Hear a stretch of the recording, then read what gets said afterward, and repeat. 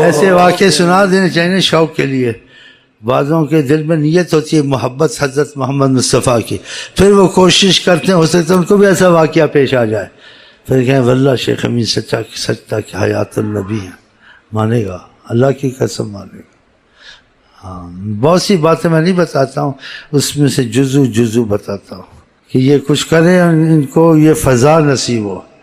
میں باتوں تک آپ کو نہیں رکھنا چاہتا ہوں، میں آپ کو آگے بولنا بے ادبی ہے نا. یہ باتیں کھلی بھی نہیں کرنی چاہیے، ہر وقت بھی نہیں، پھر ان باتوں کی قدر قیمت نہیں رہتی ہے. تو بیچ میں نکل آئیں گے ایسے انشاءاللہ. ہاں نکل آئیں گے انشاءاللہ، علامتیں دیکھتا رہتا ہوں.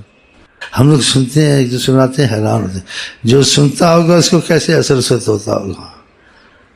ہاں جی، ان کے دیکھنے کا اثر، ان کے بولنے کا اثر، اس آواز کا اثر، اس ادا کا اثر. اللہ کرے ہم سب کو یہ نعمتیں نصیب ہوں، جس کو ایسے فیض نصیب ہوں، ایسے ہو جس کو بھی ہو. وہ کہاں کسی عالم کی دلیل مانے گا، بات مانے گا، وہ تو لفظوں سے اور بیان سے اور تعویل سے قائل کرے گا. لیکن اس سے متکلم ہوئے ہیں حضرت مصطفیٰ، اس کو تو دلیل کی ضرورت ختم ہو گئی ہے نہیں. یہ تو اس کو ضرورت ہے کہ جس کو ایسا موقع نصیب نہیں آیا تو وہ پھر سوچ میں ہوتا ہے یہ فضل، یہ علامہ فاضل یہ کہتے ہیں، وہ مفتی اعظم یہ کہتے ہیں، وہ پتہ نہیں مفتی اکبر یہ کہتے ہیں. وہ چیزیں بیچارے گڑبڑ میں پڑے رہتے ہیں، الجھن میں پڑے رہتے ہیں. لیکن اس کو لے گا، بولے گا مجھے ضرورت نہیں ہے مفتی اعظم کہ جس بات کو ڈھونڈتے ہیں وہ بات میرے ساتھ ہوئی تو آقا کی شکل میں شیطان آتا ہے، نہیں آ سکتا. تو ختم، اس کو ضرورت ختم ہو جاتی. اگر یہ فیض آپ پہ ہم پہ کھل جائے نا، آپ کتابوں کو ٹھپ کر رکھ دیں گے، کتابوں کو ٹھپ کر. یہ فیض بہت بڑی چیز، لیکن اس کا برداشت کرنا بھی بہت، جیسے کہتے قسمت سے ہے. جیسے کہتے کھو دیا جاتا ہوں یا کھو جاتا ہوں میں، ان الحق کا ہوں یا تمہیں حق کا ہوں. ایسا مسئلہ بھی پیدا ہو جائے نا تو بڑی تشویش ہو جاتی ہے، بڑی مشکل ہو جاتی ہے. فیض ہے نا، یہ باتیں تو نہیں ہیں. کتابیں تو اتنی پڑھ لو، قرآن سارا پڑھ لو، فیض شروع ہو گیا نا اب تم درہم برہم ہو جاؤ گے. ہاں دیکھو فیض ادھر طور پہ ہوا تو موسیٰ علیہ السلام بے ہوش ہو گئے تھے. وہ جو تھے ساتھ تھے وہ سیدھے آخرت کو چلے گئے، پہاڑ ریزہ ہو گیا. اسی قرآن کریم لو انزلنا ھذا القرآن، اس قرآن کو ہم اتارے پہاڑوں پر تو پہاڑ ریزہ ہو جائے.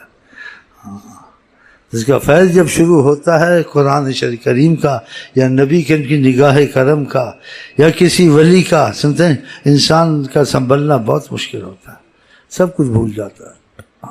یہ تین طریقے اس کے ہوتے ہیں کہ اس کا کوئی چلہ نہیں، کوئی چلہ کاٹے، اس کا کوئی اسم ہے، کوئی وہ اسم پڑھتا رہے. یہ نگاہ سے ہوتا ہے، یا اللہ کی نگاہ، یا حضرت محمد مصطفیٰ کی نگاہ، یا اس کی نگاہ جو خدا رسول کے نگاہ میں آ چکا ہے. ہاں پھر یہ ہاں تو اس کا مسئلہ سب نگاہ سے، اس کا کوئی وظیفہ نہیں ہے. تو خدا کا جس صورت سے بھی ہو، یہ تین صورتوں سے جو بھی صورت خدا چاہے ہم کو آپ کو نصیب ہو جائے انشاءاللہ. یہاں تربیت کا مسئلہ ہے تو یہ بتا دیتا ہوں. تو مثلا کہتے تھے اہل طریقت تھا، اس کے کہتے ہیں مشائخ اس کے ذہن میں آیا کہ بعضے بڑے دور سے آتے ہیں، تو اس میں اشارہ کیا تم کو ابھی تک، جس میں اشارہ تھا ہماری عظمت کا احساس جو ہونا چاہیے وہ تم میں ابھی نہیں ہے. کوئی دور سے آتا ہے، نزدیک سے آتا ہے، کرنر ہے، جنرل ہے، پھوتی ہے، موتی ہے، تم کو کیا پڑی ہے؟ تم کو پتہ نہیں ہے ہم کون ہیں؟ یہاں سے بھی آئے، کہیں سے بھی آئے، کچھ بھی ہو، ہماری عظمت کے سامنے اس کی عظمت کا کوئی تقاضا نہیں ہے، کوئی عظمت نہیں رکھتی اس کی. چاہے اس کی مشائخ کے دل میں خیال تر سے آیا، تم کو پتہ ہے ہم کتنے عظیم ہیں، ہماری کتنی عظمت ہے، کہ یہ سوچ بھی عظمت کے خلاف ہے.